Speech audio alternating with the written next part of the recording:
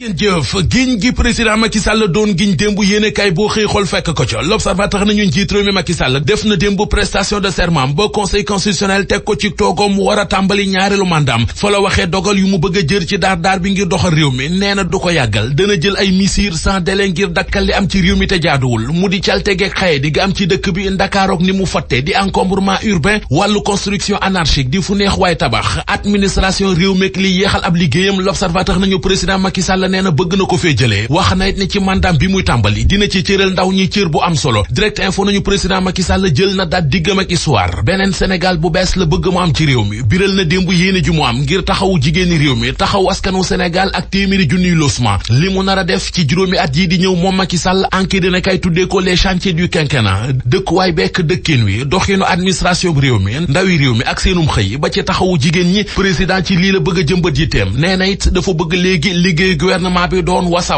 maanaam teg-tegi lépp di gaaw dara bañ a yeexati Les Échos nañu Macky Sall maslaatul wane na xar kanamam dëgg nee na bëggatut a gis mbalit ci dëkk bi suufu Sénégal gi ñu caxat-caxate ak di ko saax-saaxee fu neex waaye dagg dëkk day dakk loolee lépp nag buy am day fekk ñu ànd ak administration bu xereñ Sud Quotidien nañu Macky Sall jël na fonction Revue Quotidien ne ko ba rëdd yoon yu mu war a jaar ngir doxal mandat juróomi at bi muy sóobu la Sénégal ni ñu jiit réew mi Macky Sall démb ba muy def prestation de serment ca Diamniadio nee na dana taxaw temm ci xeex construction anarchique yi am ci réew mi ak it spéculation foncière yi yéenekaay bii di L'As nañu Macky Sall tàmbali na ab quinquennat Le Quotidien nañu ndajem prestation de serment la ñu woote woon démb ca Diamniadio waaye ku dégg kàddu ya fa magistrat Pape Oumar Sakho ak président Macky Sall yëkkati mbir ma ndajem xutba la gënoon na niru La Tribune nañu Macky Sall wax na démb li mu def ci réew mi def na ay dige bu nuppit nangu ne am na foo xam ne dañu faa lajji journal Source A ni ñu ci li ko ñëpp doon xaar Macky Sall yéeyu ca yàbbi démb waxul benn yoon ndax mandaam bi muy door mooy mandaam bu mujj am ndax mooy premier quinquennat